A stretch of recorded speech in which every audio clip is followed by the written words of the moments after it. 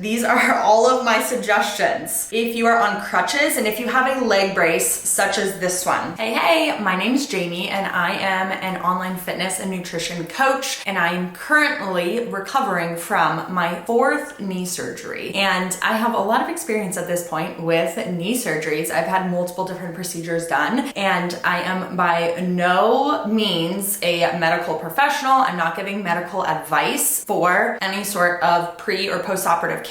However, I am going to share with you some of my biggest tips that have helped me through the preparation and the post-operative stages when it comes specifically to knee surgery. Because when I went into my first few, I had no idea what I was doing. There was a lot of things that I learned along the way that I wish I knew sooner. So hopefully this will help you out. If you are going to be on crutches for a long period of time, there's a lot to prepare for. If you're going to have a knee brace on for a long period of time, there is a lot to prepare for it. That's going to help make the process a bit smoother for you. Quickly running through my knee surgeries, just so you have my background. I've had surgery on both of my knees. My first 3 surgeries were on my left knee, and they were all spaced about 3 years apart. So I've had a knee surgery just about every 3 years over the past 12 years. The first 2 surgeries that I had were my lateral meniscus was torn. I did not catch it for a long time. I just kept running and playing sports on it. I played 3 very cardio intensive sports: field hockey, soccer, and track. So it was getting a ton of wear and tear. By the time they went in there,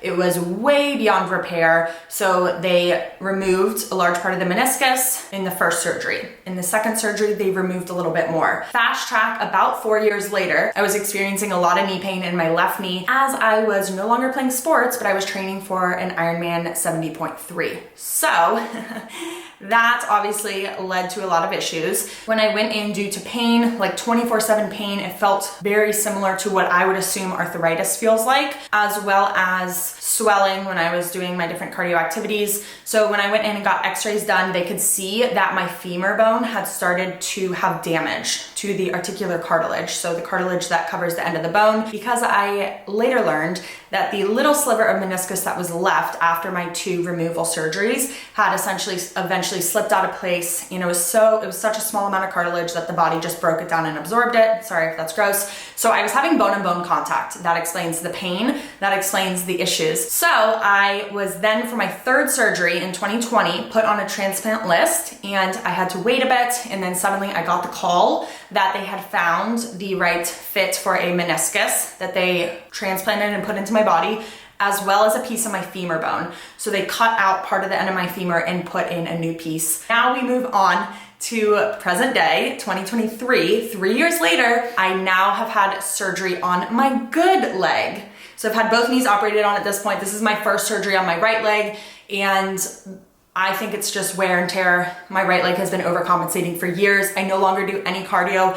After my total knee reconstruction, I have not been cleared to run or do high impact really ever again, because we're trying to, at this point, just ward off and like push off knee replacement as far as we can. So no cardio, just very smart strength training, lifting, low impact. But I tore pretty severely my lateral meniscus again on this side. So I've had both my left and right lateral meniscus worked on at this point. And in both let me backtrack. In my first 2 surgeries, when they do a meniscus removal, you're on crutches for like 3 days, 4 days. You're in PT for a bit and you're back to it like immediately. When you have any sort of repair, and this could go for ACL as well, I'm not as like well experienced in that because I never had ACL, but if you have any sort of repair where you're on crutches for an extended period of time, that's kind of who I'm targeting with this video, right? So with both my procedure in 2020 and this current one now, I'm on crutches for 6 weeks. The one in 2020 was a lot worse. This one has not been as bad. I'm already having more range of motion, like things are progressing a lot faster because it was a much less intense surgery. But I just wanted to lay out my surgeries for you if you're wondering, like, how did this girl have so many knee surgeries? Lots of sports overuse. I personally think it could be a little bit genetic, a little bit biomechanical, maybe just the joint spaces and things in my knee as well as my cartilage. I don't know. It's always my lateral meniscus. So that's just a little backstory. But yes, 6 weeks on crutches for my 2 most recent surgeries, which means no driving for 6 weeks, when you're walking around, you can't really like handle things easily because your hands are taken over by crutches. My PT made the best point that when you have an upper body injury, that limb is out of the equation, which I could never like live without my right arm. Like, how would I do anything? That's my dominant hand. So I don't discredit that. But point being is when you have a leg injury, 3 limbs are taken out of the equation if you're on crutches, right? Both my hands plus my hurt leg are taken out. So I have literally 1 leg. I'm hopping around, I'm hobbling around. And these are all of my suggestions. If you are on crutches and if you have a leg brace, such as this one. The leg brace, it's like my most worn accessory at this point.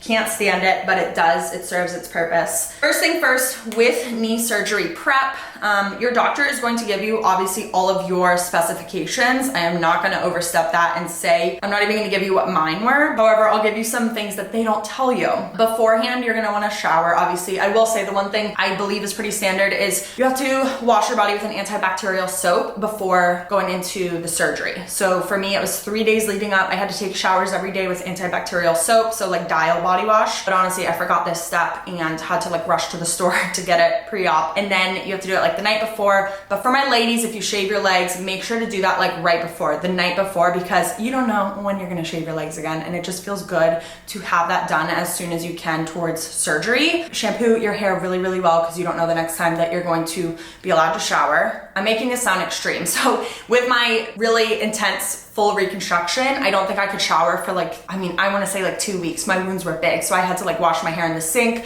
go to the hairdresser, have them wash it. For this current surgery, it was 3.5 days. So it's really dependent, but like just go into it being like, you don't know when the next time is, you're going to get to pamper yourself. So go ahead and do all that really well the night before your surgery. Also remove your fingernail polish. Don't forget that step. They'll tell you this, but it's just good to know, like don't go and get your nails done all cute before, because usually they need, they're gonna clip one of the monitors onto your pointer finger. So I say just go with no nail polish.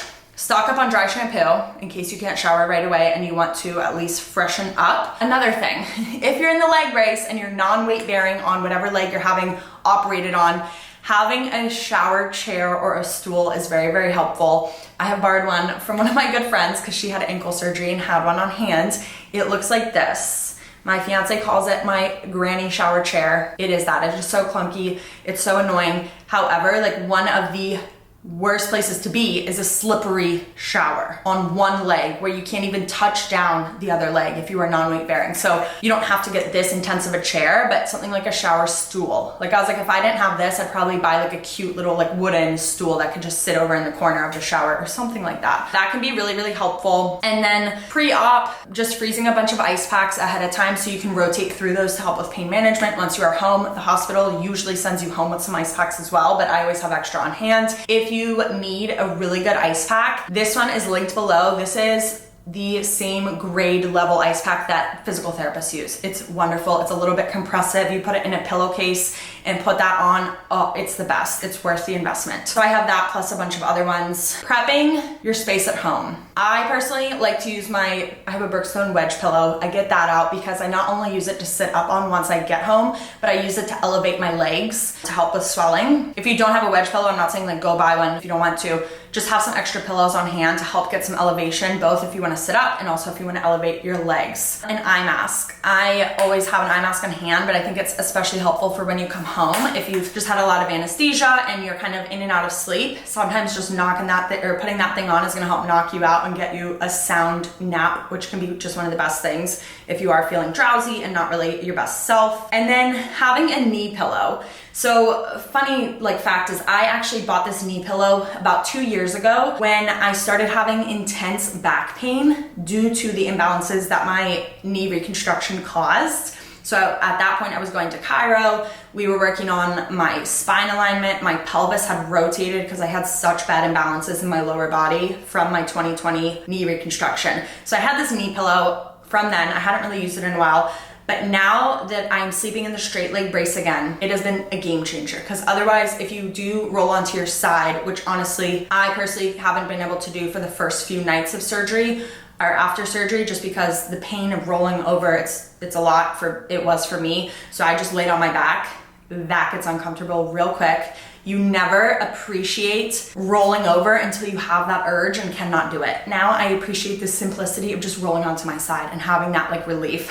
So having a knee pillow can help keep things in alignment. If you do roll over, like I personally think you get super sensitive to like your knee kind of caving in a bit, or the brace also then pushing onto your other leg, it gets uncomfy. So having a knee pillow, super, super helpful. I will link this one below. It is my favorite one by far. I've tried a few. Another thing I would prep, I hate to say it, is a throw up bucket for the day you get home. I literally never throw up. I've thrown up twice in my life, like from the flu and one time in college from over drinking. Twice, that's it.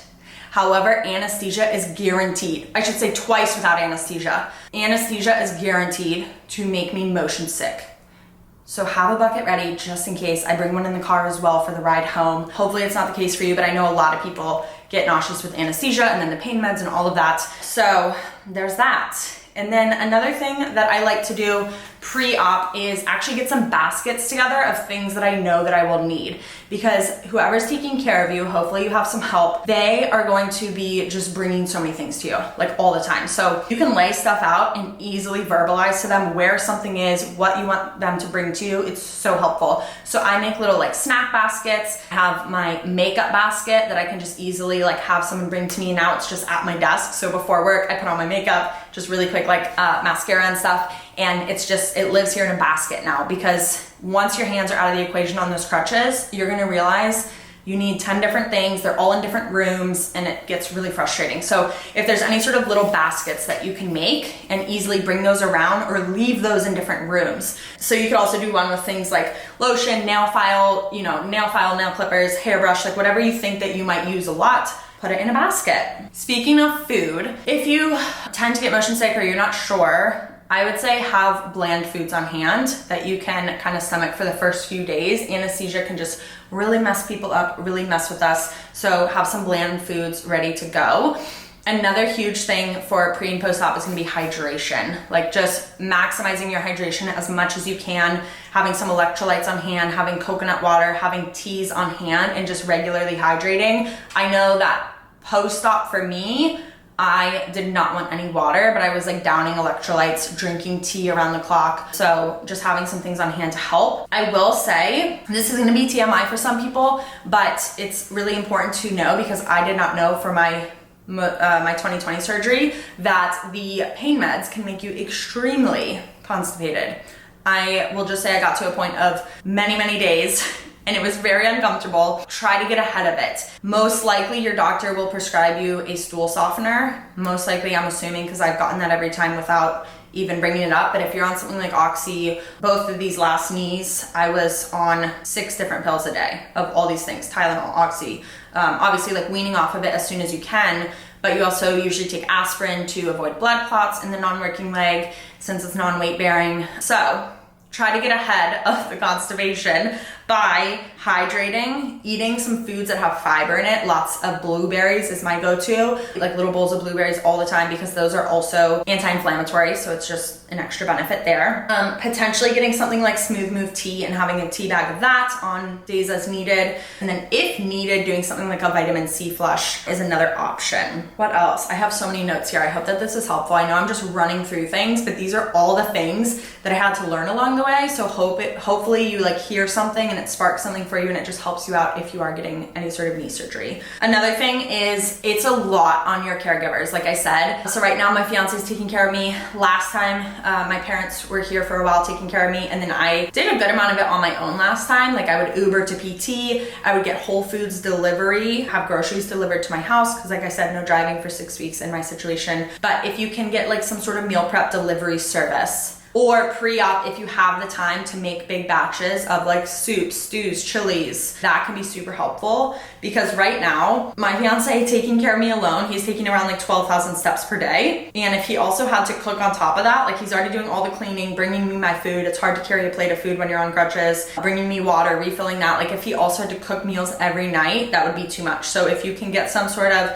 meal prep delivery, Highly recommend that. If you do have periods where you're home alone for a long period of time, like right now I'm home for probably like 6 hours of the day, I recommend getting a fanny pack or a backpack for when you are crutching around. So if you do need to transport something, when I lived on my own, I would transport stuff in a backpack from the kitchen to the dining room table down the hall, and I would put I would throw in a container of food, I would throw in a water bottle that like shuts on the top, and then crutch with the backpack and then unload it all. So there's definitely ways to make it work on your own. So I would have a fanny pack or backpack on hand.